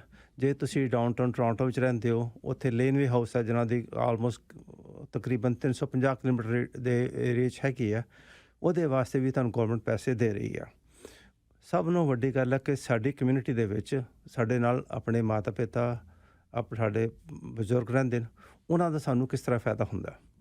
ਹੁਣ ਜੇ ਤੁਸੀਂ ਬਜ਼ੁਰਗ ਹੈਗੇ ਹੋ, ਤੁਹਾਡੀ ਉਮਰ 65 ਸਾਲ ਤੋਂ ਉੱਪਰ ਹੈ, ਤੁਸੀਂ ਆਪਣੇ ਸ਼ਹਿਰ, ਆਪਣੇ ਸਿਟੀ ਨੂੰ ਫੋਨ ਕਰੋ ਕਿ ਦੇਖੋ ਵੀ ਮੇਰੇ 65 ਸਾਲ ਦੀ ਉਮਰ ਹੈਗੀ ਆ, ਜੇ ਮੇਰੀ ਪਿੱਠ 'ਚ ਤਕਲੀਫ ਹੈ, ਜੇ ਮੇਰੀ ਸਿਹਤ ਠੀਕ ਨਹੀਂ ਹੈ, ਤਾਂ ਇੱਕ ਸਿਟੀ ਦੀ ਰਿਸਪੌਂਸਿਬਿਲਿਟੀ ਬਣ ਜਾਂਦੀ ਹੈ ਕਿ ਉਹ ਤੁਹਾਡੀ ਸਨੋ ਸ਼ਵਲ ਕਰਦੇ ਹੈਗੇ, ਤੁਹਾਡਾ ਘਾਹ ਵੀ ਕੱਟਦੇ ਆ, ਔਰ ਪ੍ਰਾਪਰਟੀ ਦੇ ਟੈਕਸਿਸ ਵੀ ਘੱਟ ਜਾਂਦੇ ਨੇ। ਜਿਹੜੇ ਇਨਸਾਨ ਆਪਣੇ ਬਜ਼ੁਰਗਾਂ ਨੂੰ ਨਾਲ ਰੱਖ ਲੈਣ ਘਰ ਦੇ ਵਿੱਚ, ਜਾਂ ਤੁਸੀਂ ਬਜ਼ੁਰਗ ਹੋ ਗਏ ਹੋ, ਤੇ ਇੱਕ ਗਵਰਨਮੈਂਟ ਦੀ ਗ੍ਰਾਂਟ ਹੈਗੀ ਆ, ਉਸ ਨੂੰ ਕਹਿੰਦੇ ramp, RAMP, residential modification assistance program. Residential assistance modification program ਹੈਗਾ। ਇਹਦੇ ਵਿੱਚ ਤੁਹਾਨੂੰ ਗਵਰਨਮੈਂਟ ਦੇ ਵਿੱਚੋਂ 25 ਤੋਂ ਡਿਪੈਂਡ ਕਰਦਾ ਕਿ ਤੁਹਾਡੇ ਘਰ 'ਚ ਕੀ ਹੈ, ਤੁਹਾਡੇ ਕਿਚਨ ਕੈਬਨਟ ਨੂੰ ਤੁਸੀਂ ਨਵੀਆਂ ਕਰਨੇ ਹੈਗੇ ਆ, ਘਰ ਦੇ ਦਰਵਾਜ਼ੇ ਕਰਨੇ ਆ, ਰੈਂਪ ਬਣਾਉਣਾ ਹੈਗਾ, ਇਹਦੇ ਵਾਸਤੇ ਸਾਰੀਆਂ ਫੈਸਿਲਿਟੀਜ਼ ਹੈਗੀਆਂ ਬਜ਼ੁਰਗਾਂ ਨੂੰ ਬਜ਼ੁਰਗਾਂ ਵਾਸਤੇ। ਅੱਛਾ। ਇੱਕ ਜਿਹੜੀ ਸਭ ਨੂੰ ਇੰਪੋਰਟੈਂਟ ਗੱਲ ਸਿਟੀ ਤੋਂ ਤੁਹਾਨੂੰ ਜ਼ਰੂਰੀ ਲੈਣੀ ਹੈਗੀ ਹੈ ਕਿ ਤੁਸੀਂ ਆਪਣੇ ਘਰ ਵਿੱਚ ਰਹਿ ਰਹੇ ਹੋ, ਕਿ ਤੁਹਾਡੇ ਘਰ ਦੇ ਵਿੱਚ ਸੰਪ ਪੰਪ ਲੱਗਾ, ਕਿ ਬੈਕਅਪ ਵਾਲ ਲੱਗਾ, ਕਿ ਤੁਹਾਡਾ ਘਰ ਫਲੱਡ ਜ਼ੋਨ 'ਚ ਹੈਗਾ। ਇਸ ਵਾਸਤੇ ਵੀ ਤੁਹਾਨੂੰ ਗਵਰਨਮੈਂਟ ਤੋਂ ਪੈਸੇ ਫ੍ਰੀ ਮਿਲ ਜਾਂਦੇ ਨੇ। ਉਹ ਤੁਹਾਨੂੰ ਮੇਰੇ ਖਿਆਲ ਦੇ ਵਿੱਚ ਕਰਾ ਕੇ 7,000 ਤੋਂ 10,000 ਡਿਪੈਂਡ ਕਰਦਾ, ਜਾਂ ਤੁਸੀਂ ਕਿਸੇ ਉਸ ਏਰੀਏ ਦੇ ਵਿੱਚ ਪਤਾ ਕਰੋ, ਆਪਣੇ ਸਿਟੀ ਨੂੰ ਪਤਾ ਕਰੋ ਕਿ ਮੈਂ ਇਹ ਘਰ ਹੈਗਾ, ਮੈਂ ਇਸ ਘਰ 'ਚ ਰਹਿਣਾ। ਇਟ ਡਜ਼ਨਟ ਮੈਟਰ ਕਿ ਤੁਹਾਡਾ ਘਰ ਕਿੱਥੇ ਹੈ ਕੈਨੇਡਾ ਦੇ ਵਿੱਚ। ਇਹ ਪ੍ਰੋਗਰਾਮ ਸਾਰੇ ਪੈਸੇ ਕਿ ਇਸ ਨੂੰ ਕਹਿੰਦੇ ਫਲੱਡ ਪ੍ਰੋਟੈਕਸ਼ਨ ਪਲਾਨ। ਉਹਦੇ 'ਚ ਕੀ ਉਹਦੇ ਵਾਸਤੇ ਕੀ ਕੀਤਾ ਜਾਂਦਾ, ਮਤਲਬ ਉਹਦੇ ਵਿੱਚ ਜੇ ਤੁਹਾਡੇ ਕੋਲ ਕੋਈ ਵੀ ਘਰ ਹੈਗਾ, ਉਹਦੇ ਵਿੱਚ ਤੁਸੀਂ ਸੰਪ ਪੰਪ ਨਹੀਂ ਲੱਗਾ ਤੇ ਉਹ ਤੁਹਾਨੂੰ ਇੰਸਟਾਲ ਕਰਕੇ ਪੰਪ ਲਾਉਣ ਵਾਸਤੇ ਪੈਸਾ ਦਿੱਤਾ ਜਾਂਦਾ, ਪੈਸਾ ਤਾਂ ਉਹ ਇੰਸਟਾਲ ਵੀ ਕਰਨ ਦੇਣਗੇ। ਔਰ ਬੈਕਅਪ ਵਾਲਵ ਹੋਣਾ ਚਾਹੀਦਾ। ਇਹ ਸਾਰੇ ਘਰਾਂ 'ਚ ਜ਼ਰੂਰੀ ਹੈ, ਔਰ ਤੁਹਾਨੂੰ ਆਪਣਾ ਪੈਸਾ ਖਰਚਣ ਦੀ ਕੋਈ ਲੋੜ ਨਹੀਂ ਹੈਗੀ ਹੈ। ਹੁਣ ਆਮ ਘਰਾਂ ਵਿੱਚ ਕੀ ਹੁੰਦਾ, ਹੁਣ ਮੀਂਹਾਂ ਦਾ ਮੌਸਮ ਆਏਗਾ, ਕੈਨੇਡਾ ਦੇ ਵਿੱਚ ਬੜੀ ਵੱਡੀ ਪ੍ਰੋਬਲਮ ਹੋ ਰਹੀ ਹੈ ਫਲੱਡਿੰਗ ਦੀ। ਕੀ ਤੁਹਾਡਾ ਏਰੀਆ ਫਲੱਡ ਜ਼ੋਨ 'ਚ ਤਾਂ ਨਹੀਂ ਹੈਗਾ? ਹੁਣ ਜੇ ਫਲੱਡ ਜ਼ੋਨ 'ਚ ਨਹੀਂ ਵੀ ਹੈਗਾ ਤਾਂ ਵੀ ਸੰਪ ਪੰਪ ਤੇ ਬੈਕਅਪ ਵਾਲ ਤੁਹਾਨੂੰ ਕੋਈ ਕਾਸਟ ਨਹੀਂ ਹੈਗੀ ਹੈ। ਜਿਹੜੇ ਸਿਟੀ ਤੋਂ ਹੋਰ ਕੁਝ ਫੈਸਿਲਿਟੀਜ਼ ਜਿਹੜੀਆਂ ਅਵੇਲੇਬਲ ਹੈਗੀਆਂ ਉਹ ਅਸੀਂ ਬਹੁਤ ਸਾਰੇ ਲੋਕ ਯੂਟੀਲਾਈਜ਼ ਨਹੀਂ ਕਰ ਸਕਦੇ। ਉਹਦੇ 'ਚ ਸਿਟੀ ਤੋਂ ਇਨਫੋਰਮੇਸ਼ਨ ਮਿਲ ਜਾਂਦੀ ਆ ਕਿ ਮੇਰੇ ਘਰ ਦੀ ਜ਼ੋਨਿੰਗ ਇਸ ਵੇਲੇ R1 ਹੈਗੀ ਆ, ਕੱਲ੍ਹ ਇਸ ਨੂੰ ਡਿਫਰੈਂਟ ਜ਼ੋਨਿੰਗ ਹੋ ਸਕਦੀ ਆ, ਕਿ ਮੇਰੇ ਘਰਾਂ ਦੀ ਜਿਹੜੀ ਕੀਮਤ ਹੈ ਇਹ ਮਲਟੀਪਲਾਈ ਸਕਦੀ ਹੈ, ਕਿ ਮੈਂ ਇਸ ਲਾਟ ਨੂੰ 2 ਤਰ੍ਹਾਂ ਕਰ ਸਕਦਾ। ਇਹਨਾਂ ਚੀਜ਼ਾਂ ਦਾ ਪਹਿਲਾਂ ਤੁਸੀਂ ਘਰ ਲੈਣ ਤੋਂ ਪਹਿਲਾਂ ਭਾਵੇਂ ਇਨਵੈਸਟਮੈਂਟ ਪ੍ਰਾਪਰਟੀ ਲੈ ਰਹੇ ਹੋ, ਭਾਵੇਂ ਘਰ ਲੈ ਰਹੇ ਹੋ, ਇਹਨਾਂ ਚੀਜ਼ਾਂ ਦਾ ਚੀਜ਼ਾਂ ਨੇ ਜਿਹਨਾਂ ਨੂੰ ਸਟੱਡੀ ਕਰਨਾ ਚਾਹੀਦਾ। ਸਿਟੀ ਨੂੰ ਫੋਨ ਕਰ ਲਵੋ ਔਰ ਸਿਟੀ ਤੋਂ ਸਾਰੀ ਇਨਫੋਰਮੇਸ਼ਨ ਲੈ ਲਓ। ਇਹ ਜਿਹੜੀਆਂ ਚੀਜ਼ਾਂ ਇਹ ਤੁਹਾਨੂੰ ਬੜੇ ਫਾਇਦੇਮੰਦ ਹੋ ਜਾਂਦੀਆਂ। ਕਿ ਕਈ ਲੋਕਾਂ ਨੇ ਕਿਹਾ ਕਿ ਇੱਕ ਛੋਟਾ ਜਿਹਾ ਘਰ ਲੈ ਕੇ ਉਹਨੂੰ ਢਾਹ ਕੇ ਉਹਦਾ ਬਣਾ ਲਿਆ, ਜਾਂ ਥੋੜ੍ਹਾ ਵੱਡਾ ਲਾਟ ਸੀ ਉਹਦੇ 3 ਲਾਟ ਬਣਾ ਲੈਣ, ਅਤੇ ਇਹਨਾਂ ਦਾ ਇਨਵੈਸਟਮੈਂਟ ਵਾਸਤੇ ਵੀ ਜਿਹੜਾ ਘਰਾਂ ਵਾਸਤੇ ਵੀ ਹੈਗਾ। ਔਰ ਜੇ ਤੁਹਾਡੇ ਘਰ ਦੇ ਬਜ਼ੁਰਗ ਰਹਿੰਦੇ ਨੇ ਉਹਦਾ ਜ਼ਰੂਰ ਡੈਫੀਨੇਟਲੀ ਪ੍ਰਾਪਰਟੀ ਟੈਕਸ ਵਾਸਤੇ ਰਿਡਕਸ਼ਨ ਵਾਸਤੇ ਤੁਸੀਂ ਜ਼ਰੂਰ ਰਿਕੁਐਸਟ ਕਰੋ, ਸਪੈਸ਼ਲੀ ਕਿ ਜੇ ਤੁਹਾਡੀ ਇਨਕਮ ਥੋੜ੍ਹੀ ਹੈਗੀ ਆ। ਨਵਤਾਜ ਜੀ, ਹੁਣ ਅਸੀਂ ਆਖਰੀ ਹਿੱਸੇ 'ਚ ਕੁਝ ਸਵਾਲ ਲੈ ਲਈਏ ਜੀ। ਇੱਕ ਤੇ ਪੁੱਛ ਰਹੇ ਨੇ ਕਿ ਜੀ ਆਪਣਾ ਦੁਸ਼ਯੰਤ ਪੁੱਛ ਰਹੇ ਨੇ ਕਿ how to shortlist a good CPA। ਇਹ ਜਦੋਂ ਕੋਈ CPA ਨੂੰ ਵਧੀਆ ਢੰਗ ਹੁੰਦਾ ਕਿ ਜਿਹੜਾ CPA ਉਹਦੀਆਂ ਖੁਦ ਇਨਵੈਸਟਮੈਂਟ ਪ੍ਰਾਪਰਟੀਆਂ ਹੋਣ, ਔਰ ਦੂਸਰੀ ਗੱਲ ਉਸ ਨੂੰ ਥੋੜ੍ਹੇ ਲੰਬੇ ਟਾਈਮ ਦਾ ਤਜਰਬਾ ਹੋਵੇ। ਮੈਂ ਜ਼ਰੂਰੀ ਨਹੀਂ ਕਹਿੰਦਾ ਕਿ ਜਿਹੜੇ ਨਵੇਂ CPA ਉਹ ਅੱਛੇ ਨਹੀਂ ਹੋਣਗੇ, ਪਰ ਜਦੋਂ ਕਿਸੇ ਨੇ ਉਹਨਾਂ ਨੇ ਇੰਟਰਨਸ਼ਿਪ ਕਿਸੇ ਅੱਛੇ ਐਕਸਪੀਰੀਅੰਸ CPA ਨਾਲ ਕੀਤੀ ਹੈ, ਜਾਂ ਕਿਸੇ ਵੱਡੀ ਅਕਾਊਂਟਿੰਗ ਫਰਮ ਵਿੱਚ ਕੀਤੀ ਹੈ, ਉਹਦਾ ਕਾਫੀ ਫਾਇਦਾ ਹੋ ਜਾਂਦਾ। ਪਰ ਜ਼ਰੂਰੀ ਗੱਲ ਹੈ ਕਿ ਤੁਸੀਂ CPA ਨੂੰ ਉਹਦੀ ਪ੍ਰੀ ਕੁਆਲੀਫਿਕੇਸ਼ਨ ਜ਼ਰੂਰ ਦੇਖੋਗੇ ਕਿ ਤੁਹਾਡੇ ਕੋਲ ਇਨਵੈਸਟਮੈਂਟ ਪ੍ਰਾਪਰਟੀ ਹੈਗੀਆਂ ਔਰ ਤੁਸੀਂ ਕਿੰਨੇ ਚਿਰ ਤੋਂ ਕਰ ਰਹੇ ਹੈਗੇ ਹੋ। ਅਤਿੰਦਰ ਪੁੱਛ ਰਹੇ ਨੇ as a regular payroll EMPLOYEE one gives a lot in taxes। ਇਹ ਟੈਕਸ ਬਚਾਉਣਾ ਤੇ ਡਿਫਰੈਂਟ ਸਟ੍ਰੈਟਜੀ ਹੈ, ਮੇਰੇ ਖਿਆਲ ਸਾਡੇ ਟੌਪਿਕ ਦਾ ਹਿੱਸਾ ਨਹੀਂ ਹੈ, ਜਾਂ ਕੁਝ ਤੁਸੀਂ ਇਹਦੇ ਦੋ ਲਾਈਨਾਂ 'ਚ ਕਰ ਸਕਦੇ ਹੈਗੇ। ਤੇ ਅੱਛਾ, ਇੱਕ ਪੁੱਛ ਰਹੇ ਨੇ ਮਨੋਹਰ ਕਿ ਜੇ ਆਲਰੇਡੀ ਹੁਣ ਘਰ ਆਪਣੇ ਨਾਂ 'ਤੇ ਖਰੀਦੇ ਹੋਏ ਨੇ ਜੀ, ਕਿ ਇਹਨਾਂ ਨੂੰ ਹੁਣ ਸਵਿਚ ਕਰ ਸਕਦੇ ਹਾਂ ਕਾਰਪੋਰੇਸ਼ਨ? ਹਾਂਜੀ, ਬਿਲਕੁਲ ਜ਼ਰੂਰ ਕਰ ਸਕਦਾ। ਤੁਸੀਂ ਆਪਣੇ ਵਕੀਲ ਨੂੰ ਜਾਂ ਆਪਣੇ ਵਕੀਲ ਨੂੰ CPA ਨੂੰ ਪਹਿਲਾਂ ਸਲਾਹ ਲੈ ਕੇ ਦੇਖੋ। ਕੋਈ ਵੀ ਕੰਮ ਕਰਨ ਤੋਂ ਪਹਿਲਾਂ ਤੁਸੀਂ ਇਸ ਦਾ ਪ੍ਰੋਪਰ ਪਲਾਨ ਕਰ ਲਵੋ, ਔਰ ਪਲਾਨ ਕਰਨ ਤੋਂ ਪਹਿਲਾਂ ਕਿ ਦੇਖੋ ਕਿ ਇਹਦੇ ਕੀ ਪ੍ਰੋਸ ਅਤੇ ਬੈਨੀਫਿਟਸ ਹੈਗੇ ਨੇ। ਇਹਦੇ ਵਿੱਚ ਇੱਕ CR ਇਹਦਾ ਇੱਕ ਸੈਕਸ਼ਨ ਹੈਗਾ, ਉਹਦੇ ਥੱਲੇ ਤੁਸੀਂ ਆਪਣਾ ਜਿਹੜੀ ਕੋਈ ਇਨਵੈਸਟਮੈਂਟ ਪ੍ਰਾਪਰਟੀ ਆਪਣੇ ਨਾਂ ਤੋਂ ਕਾਰਪੋਰੇਸ਼ਨ ਦੇ ਨਾਂ 'ਤੇ ਕਰ ਸਕਦੇ ਹੈਗੇ। ਅੱਛਾ, ਅੱਗੇ ਪੁੱਛ ਰਹੇ ਨੇ ਜੀ ਸੁਮਿਤ ਕਿ ਕਿਸੇ ਦੂਸਰੇ ਦੇ ਨਾਮ 'ਤੇ ਇਨਵੈਸਟਮੈਂਟ ਪ੍ਰਾਪਰਟੀ ਖਰੀਦਣਾ? ਜੀ, ਦੂਸਰੇ ਬੰਦੇ ਨੂੰ ਆਪਣੀ ਬੰਦੂਕ ਦੇਣੀ ਅਤੇ ਉਹਨੂੰ ਪਰਸ ਫੜਾਉਣਾ ਇਹ ਬੜਾ ਰਿਸਕੀ ਕੰਮ ਹੈਗਾ। ਸਿਰਫ ਤੁਸੀਂ ਆਪਣੇ ਨਾਮ 'ਤੇ ਲਵੋ ਔਰ ਆਪਣੇ ਨਾਮ 'ਤੇ ਕਾਰਪੋਰੇਸ਼ਨ ਬਣਾਵੋ। ਕਿ ਤੁਹਾਡੇ ਫ਼ੋਨ ਨੰਬਰ ਮੰਗਣ ਵਾਲੇ, ਤੁਹਾਡੇ ਫ਼ੋਨ ਨੰਬਰ ਅਸੀਂ ਬਾਅਦ 'ਚ ਕਰਦੇ ਜੀ। ਜ਼ਿਆਦਾਤਰ ਇਹ ਜਿਹੜਾ ਇੱਕ ਵਾਰ ਜਿਹੜੀ ਇਹ ਸਾਈਟ ਸੀਗੀ ਇਹ ਹੈਗੀ ਸਪੌਟ ਕ੍ਰਾਈਮ ਜੀ, ਇਹਨੂੰ ਲੈ ਕੇ ਕਾਫੀ ਜ਼ਿਆਦਾ ਮੈਸੇਜ ਸੀਗੇ, ਚਲੋ ਕਨਫਿਊਜ਼ਨ ਰਿਹਾ ਬੋਲਣ 'ਚ। spotcrime.com ਤੇ ਤੁਸੀਂ ਦੁਬਾਰਾ ਚੈੱਕ ਕਰੋਗੇ ਤੇ ਇਹ ਸਾਈਟ ਕੰਮ ਕਰ ਰਹੀ ਹੈ, ਮੈਂ ਵੀ ਖੋਲ੍ਹ ਕੇ ਦੇਖੀ ਹੈ। ਤੇ ਜਾਣ ਤੋਂ ਪਹਿਲਾਂ ਜੀ ਹੁਣ ਸਾਡੇ ਕੋਲ ਆਖਰੀ 2-3 ਮਿੰਟ ਨੇ ਜੀ, ਤੇ ਹੋਰ ਕੀ ਐਡਵਾਈਸ ਦੇਣਾ ਚਾਹੁੰਦੇ ਹੋ ਜ਼ਿਆਦਾ ਇਨਫੋਰਮੇਸ਼ਨ ਵਾਸਤੇ? ਕਿਉਂਕਿ ਹੁਣ ਇੰਨੀ ਕੁ ਅਸੀਂ ਡਿਸਕਸ਼ਨ 'ਚ ਸਾਰੀਆਂ ਗੱਲਾਂ ਤਾਂ ਨਹੀਂ ਕਰ ਸਕਦੇ, ਪਰ ਥੋੜ੍ਹਾ ਉਸ ਪਾਸੇ ਇਸ਼ਾਰਾ ਹੀ ਕੀਤਾ ਜੀ। ਮੈਂ ਇਸ ਖੇਤਰ ਦੇ ਵਿੱਚ ਪਿਛਲੇ 30 ਸਾਲ ਤੋਂ ਪੜ੍ਹਾ ਰਿਹਾ ਸਾਰੇ ਕੈਨੇਡਾ ਦੇ ਵਿੱਚ। ਮੈਂ ਸਾਰੇ ਕੈਨੇਡਾ ਦੇ ਹਰ ਪ੍ਰੋਵਿੰਸ ਤੇ ਹਰ ਟੈਰੀਟਰੀ ਦੇ ਵਿੱਚ ਪਿਛਲੇ 30 ਸਾਲਾਂ ਤੋਂ ਪੜ੍ਹਾ ਰਿਹਾ ਔਰ 30 ਡਿਫਰੈਂਟ ਸ਼ਹਿਰਾਂ 'ਚ ਪੜ੍ਹਾਉਂਦਾ ਸੀ। ਹੁਣ ਇਹ ਜਿਹੜੀ ਐਜੂਕੇਸ਼ਨ ਹੈਗੀ ਆ, ਮੈਂ ਸਿੰਪਲ ਜਿਹੀ ਗੱਲ ਕਹਿਣਾ ਕਿ ਜਿਹੜੀ ਐਜੂਕੇਸ਼ਨ ਆ ਉਹ ਬਹੁਤ ਸਸਤੀ ਹੁੰਦੀ ਹੈ, ਗਲਤੀ ਬਹੁਤ ਮਹਿੰਗੀ ਪੈਂਦੀ ਹੈ। ਮੈਂ ਹਰ ਮਹੀਨੇ 3 ਘੰਟੇ ਦਾ ਇੱਕ ਸੈਮੀਨਾਰ ਲਗਾਉਂਦੇ ਹਾਂ। ਉਸ ਦੇ ਵਿੱਚ ਕਹੀਦਾ ਕਿ ਤੁਸੀਂ ਕੋਈ ਪ੍ਰਾਪਰਟੀਜ਼ ਨੂੰ ਕਿਸ ਤਰ੍ਹਾਂ ਠੀਕ ਰੇਟ 'ਤੇ ਲੈਣਾ ਜਾਂ ਸਸਤੇ ਭਾਅ 'ਤੇ ਲੈਣਾ, ਉਹਦੇ ਕਿਸ ਤਰ੍ਹਾਂ ਤੁਸੀਂ ਪ੍ਰਾਪਰਟੀ ਲੈਣੀ ਹੈ, ਕਿਸ ਤਰ੍ਹਾਂ ਉਸ ਦੇ ਟੈਕਸਿਸ ਨੂੰ ਕਿਸ ਤਰ੍ਹਾਂ ਠੀਕ ਕਰਨਾ ਹੈ, ਕਿ ਤੁਸੀਂ ਆਪਣੇ ਪੈਸੇ ਲਾਉਣੇ ਚਾਹੀਦੇ ਜਾਂ ਨਹੀਂ ਲਾਉਣੇ ਚਾਹੀਦੇ। ਇਸ ਚੀਜ਼ਾਂ ਬਾਰੇ 3 ਘੰਟੇ ਦੀ ਕਲਾਸ ਹੁੰਦੀ ਹੈ। ਤੁਸੀਂ ਇਸ ਕਲਾਸ ਬਾਰੇ ਮੈਨੂੰ ਟੈਕਸਟ ਕਰ ਸਕਦੇ ਹੋ 416 409 7300 416 409 7300। ਔਰ ਦੂਸਰੀ ਗੱਲ ਹੈਗੀ ਕਿ ਜਦੋਂ ਵੀ ਤੁਸੀਂ ਪੜ੍ਹਾਈ ਕਰਦੇ ਹੈਗੇ ਹੋ ਉਹਦਾ ਵੀ ਜਿਹੜਾ ਤੁਸੀਂ ਪੈਸਾ ਦਿੰਦੇ ਹੋ ਉਹ ਵੀ ਟੈਕਸ ਡਿਡਕਟੇਬਲ ਹੈਗਾ। ਇਹ ਗੱਲਾਂ ਬਹੁਤ ਜ਼ਰੂਰੀ ਹੈਗੀਆਂ। ਸਭ ਨੂੰ ਜ਼ਿੰਦਗੀ ਦੇ ਵਿੱਚ ਸਭ ਨੂੰ ਵੱਡਾ ਕਰਜ਼ਾ ਤੁਹਾਡਾ ਆਪਣਾ ਘਰ ਹੈਗਾ ਔਰ ਸਭ ਨੂੰ ਵੱਡੀ ਜਾਇਦਾਦ ਵੀ ਤੁਹਾਡਾ ਘਰ ਹੈ। ਇਸ ਬਾਰੇ ਜਿੰਨੀ ਤੁਹਾਡੇ ਕੋਲ ਐਜੂਕੇਸ਼ਨ ਹੋਏਗੀ, ਤੁਹਾਡੇ ਬੱਚਿਆਂ ਕੋਲ ਵੀ ਐਜੂਕੇਸ਼ਨ ਹੋਏਗੀ, ਓਨਾ ਹੀ ਤੁਹਾਨੂੰ ਫਾਇਦਾ ਹੋਏਗਾ। ਜੇ ਤੁਹਾਡੇ ਕੋਲ ਐਜੂਕੇਸ਼ਨ ਨਹੀਂ ਹੈਗੀ ਤਾਂ ਜਿਹੜੀ ਤੁਹਾਨੂੰ ਦੀ ਕਾਸਟ ਹੈਗੀ ਆ ਉਹ $1 ਮਿਲੀਅਨ ਵਿੱਚ ਪੈ ਰਹੀ ਹੈ। ਅਤੇ ਇਸ ਕਰਕੇ ਮੇਰੀ ਸਾਰੇ ਆਪਣੇ ਭੈਣ ਭਰਾਵਾਂ ਨੂੰ ਬੇਨਤੀ ਹੈ ਕਿ ਜ਼ਰੂਰ ਇਸ ਬਾਰੇ ਸਿੱਖੋ, ਆਪਣੇ ਬੱਚਿਆਂ ਨੂੰ ਪੜ੍ਹਾਓ, ਕਿਉਂਕਿ ਇਹ ਵਿੱਦਿਆ ਇੱਕ ਇੱਦਾਂ ਦੀ ਚੀਜ਼ ਹੈ ਕਿ ਸਕੂਲਾਂ ਦੇ ਕਾਲਜਾਂ ਵਿੱਚ ਨਹੀਂ ਪੜ੍ਹਾਈ ਜਾਂਦੀ। ਦੇਖੋ ਇਹਦੇ 'ਚ ਆਖਰੀ ਇੱਕ ਕਮੈਂਟ ਹੀ ਹੈ, ਕਿਉਂਕਿ ਇਹ ਜਿਹੜੇ ਰਿਐਲਟਰ ਨੇ ਉਹ ਹਰੇਕ ਬੰਦੇ ਨੂੰ ਇਹ ਐਜੂਕੇਟ ਕਰਦੇ ਨੇ ਕਿ ਘਰ ਨੂੰ ਫ੍ਰੀ ਨਾ ਕਰੋ, ਇਹਦੇ ਪੈਸੇ ਨੂੰ ਯੂਜ਼ ਕਰੋ। ਇਹਨੇ ਜ਼ਿਆਦਾ ਗੜਬੜ ਕੀਤੀ ਹੋਈ ਹੈ। ਤੁਸੀਂ ਕਹਿ ਰਹੇ ਹੋ ਕਿ ਜਿਹੜਾ ਪ੍ਰਾਇਮਰੀ ਹਾਊਸ ਹੈ ਤੁਹਾਨੂੰ ਉਹ ਜਲਦੀ ਫ੍ਰੀ ਕਰਨਾ ਚਾਹੀਦਾ। ਦੇਖੋ 2 ਤਰ੍ਹਾਂ ਦੇ ਹੈਗੇ ਆ ਕਿ ਕਿਸੇ ਵੀ ਆਪਣੀ ਮਾਂ ਭੈਣ ਕਿਸੇ ਵੀ ਲੇਡੀ ਨੂੰ ਪੁੱਛੋ, ਉਹਨੂੰ ਸਭ ਤੋਂ ਪਹਿਲਾਂ ਚੀਜ਼ ਹੁੰਦੀ ਹੈ ਸਿਕਿਉਰਿਟੀ। ਜਿਹੜਾ ਤੁਹਾਡਾ ਆਪਣਾ ਘਰ ਉਹ ਬੜਾ ਸੇਫ ਅਤੇ ਸਿਕਿਉਰ ਹੋਣਾ ਚਾਹੀਦਾ। ਦੂਸਰੀ ਗੱਲ ਹੈ ਲੈਵਰੇਜ ਕਿਸੇ ਹੱਦ ਤੱਕ ਠੀਕ ਹੈਗੀ ਆ। ਜਦੋਂ ਤੁਸੀਂ ਲੈਵਰੇਜ ਕਿਸੇ ਹੱਦ ਤੋਂ ਪਾਰ ਕਰ ਜਾਂਦੇ ਹੋ ਦੈਨ ਬਿਕਮ ਵੈਰੀ ਡੇਂਜਰਸ। ਹੁਣ ਕੀ ਹੋ ਰਿਹਾ ਇਸ ਵੇਲੇ ਬੈਂਕਰਪਸੀਆਂ ਇੰਨੀਆਂ ਹੋ ਰਹੀਆਂ ਹਨ, ਪਾਵਰ ਸੇਲਾਂ ਇੰਨੀਆਂ ਹੋ ਰਹੀਆਂ ਹਨ ਕਿ ਮੇਰਾ ਦਿਲ ਦੁਖਣ ਲੱਗ ਜਾਂਦਾ ਕਿ ਹਾਏ ਵਿਚਾਰਿਆਂ ਨੇ ਇਹ ਆਪਣੇ ਮਾਂ ਬਾਪ ਦੇ ਪੈਸੇ ਵੀ ਨਹੀਂ ਛੱਡੇ ਔਰ ਇੰਨਾ ਓਵਰ ਲੈਵਰੇਜ ਕਰ ਲਿੱਤਾ ਕਿ ਮੈਂ ਇੱਕ ਘਰ ਲਾਲਚ ਕਰਕੇ, ਠੀਕ ਹੈ, ਤੁਸੀਂ ਜੇ ਪ੍ਰੀ ਕੰਸਟਰਕਸ਼ਨ ਕਰ ਰਹੇ ਹੋ ਜਾਂ ਸਪੈਕੂਲੇਸ਼ਨ ਕਰ ਰਹੇ ਹੋ, ਸਪੈਕੂਲੇਸ਼ਨ ਦਾ ਇੱਕ ਰੂਲ ਹੈ, just ready be for big loss, be ready for the bankruptcy. ਜਿਹੜੀ ਰੀਅਲ ਸਟੇਟ ਇਨਵੈਸਟਮੈਂਟ ਹੈ ਉਹ ਸਪੈਕੂਲੇਸ਼ਨ ਨਹੀਂ ਹੈਗੀ ਹੈ। ਰੀਅਲ ਸਟੇਟ ਇਨਵੈਸਟਮੈਂਟ ਇੱਕ ਬੜੇ ਸਿਸਟਮੈਟਿਕ ਸਿਸਟਮ ਹੁੰਦਾ ਕਿ ਤੁਸੀਂ 25 ਸਾਲ ਦੀ ਉਮਰ ਹੈਗੀ ਹੈ, ਤੁਸੀਂ 65 ਸਾਲ ਤੱਕ ਤੁਸੀਂ ਕਿੰਨੀ ਇਨਵੈਸਟਮੈਂਟ ਕਰਨੀ ਹੈ, ਕੀ ਤੁਸੀਂ 10 ਪ੍ਰਾਪਰਟੀ ਬਣਾਉਣੀ ਚਾਹੁੰਦੇ ਹੋ, ਕੀ ਤੁਸੀਂ ਮਹੀਨੇ ਦਾ 25 ਜਾਂ 30 ਹਜ਼ਾਰ ਇਨਕਮ ਲਗਾਉਣੀ ਚਾਹੁੰਦੇ ਹੈਗੇ ਹੋ। ਉਹਦੇ ਨਾਲ ਇੱਕਦਮ ਜਿਹੜਾ ਨਾ ਕੁਇਕ ਰਿਚ ਕੰਮ ਹੈਗਾ ਉਹ ਰੀਅਲ ਸਟੇਟ ਇਨਵੈਸਟਮੈਂਟ ਸਟ੍ਰੈਟਜੀ ਵਿੱਚ ਨਹੀਂ ਆਉਂਦਾ, ਉਹ ਸਿਰਫ ਸਪੈਕੂਲੇਸ਼ਨ ਵਿੱਚ ਆਉਂਦਾ। ਤੁਸੀਂ ਇਹ ਸੋਚੋ ਕਿ ਮੈਂ ਲੌਂਗ ਟਰਮ ਵਾਸਤੇ ਇਨਵੈਸਟਮੈਂਟ ਕਰਨੀ ਹੈਗੀ ਆ ਔਰ ਲੌਂਗ ਟਰਮ ਵਾਸਤੇ ਆਪਣੇ ਬੱਚਿਆਂ ਵਾਸਤੇ ਆਪਣੇ ਸੁੱਖ ਵਾਸਤੇ ਹਰ ਮਹੀਨੇ ਦੀ ਮੈਂ 20 ਤੋਂ ਲੈ ਕੇ 50,000 ਇਨਕਮ ਸਾਰੀ ਉਮਰ ਲਈ ਲਗਾਉਣੀ ਚਾਹੁੰਦਾ। ਉਸ ਤੋਂ ਇਲਾਵਾ ਮੈਂ ਆਪਣੀ ਇੱਕ ਜਨਰੇਸ਼ਨਲ ਵੈਲਥ ਕ੍ਰੀਏਟ ਕਰਨਾ ਚਾਹੁੰਦਾ, ਜਿੱਦਾਂ ਆਪਾਂ ਪੰਜਾਬੀ 'ਚ ਕਹਿੰਦੇ ਹਾਂ ਇਹ ਸਾਡੇ ਦਾਦਿਆਂ ਪੜਦਾਦਿਆਂ ਦੀ ਜਾਇਦਾਦ ਹੈ। ਅਤੇ ਤੁਸੀਂ ਵੀ ਇਹ ਚੀਜ਼ ਆਪਣੀ ਜ਼ਿੰਦਗੀ ਦੇ ਵਿੱਚ ਆਪਣੇ ਪੁੱਤ ਪੋਤਰਿਆਂ ਵਾਸਤੇ ਜਾਂ ਕਿਸੇ ਚੀਜ਼ ਵਾਸਤੇ ਪਿੱਛੇ ਛੱਡ ਕੇ ਜਾਣਾ ਚਾਹੁੰਦੇ ਹੋ। ਇਸ ਨੂੰ ਬੜਾ ਸਿਸਟਮੈਟਿਕਲੀ ਅਪਰੋਚ ਕਰਨਾ ਚਾਹੀਦਾ। ਇਹਦੀ ਪ੍ਰੋਪਰ ਐਜੂਕੇਸ਼ਨ ਲੈ ਕੇ ਪਲਾਨ ਆਫ ਐਕਸ਼ਨ ਲੈ ਕੇ ਤਾਂ ਕਰਨਾ ਚਾਹੀਦਾ ਹੈਗਾ। ਜਿਹੜਾ ਇਹ ਕੁਇਕ ਵਾਲਾ ਕੰਮ ਹੈ ਉਹਦੇ ਵਿੱਚ ਇਜ਼ ਆਲ ਰੈਡ ਫਲੈਗਸ। ਮੇਰੀ ਇਹ ਆਪਣੇ ਪਰਸਨਲ ਓਪੀਨੀਅਨ ਹੈਗਾ, ਮੇਰਾ ਕਿਸੇ ਦਾ ਦਿਲ ਦੁਖਾਉਣ ਦਾ ਕੋਈ ਮਤਲਬ ਨਹੀਂ ਆ ਅਤੇ ਨਾ ਮੈਂ ਕਿਸੇ ਰੀਅਲਟਰ ਬਾਰੇ ਜਾਂ ਕਿਸੇ ਬਾਰੇ ਮੈਨੂੰ ਅੱਛਾ ਜਾਂ ਬੁਰਾ ਨਹੀਂ ਕਹਿਣਾ। ਹਰ ਇਨਸਾਨ ਆਪਣੇ ਹਿਸਾਬ ਨਾਲ ਆਪਣੇ ਤਜਰਬੇ ਦੇ ਨਾਲ ਤੁਹਾਡੇ ਨਾਲ ਸ਼ੇਅਰ ਕਰ ਰਿਹਾ। ਬਿਲਕੁਲ ਜੀ, ਬਹੁਤ ਬਹੁਤ ਸ਼ੁਕਰੀਆ ਅਨੁਤਾਜ ਜੀ। ਧੰਨਵਾਦ ਜੀ।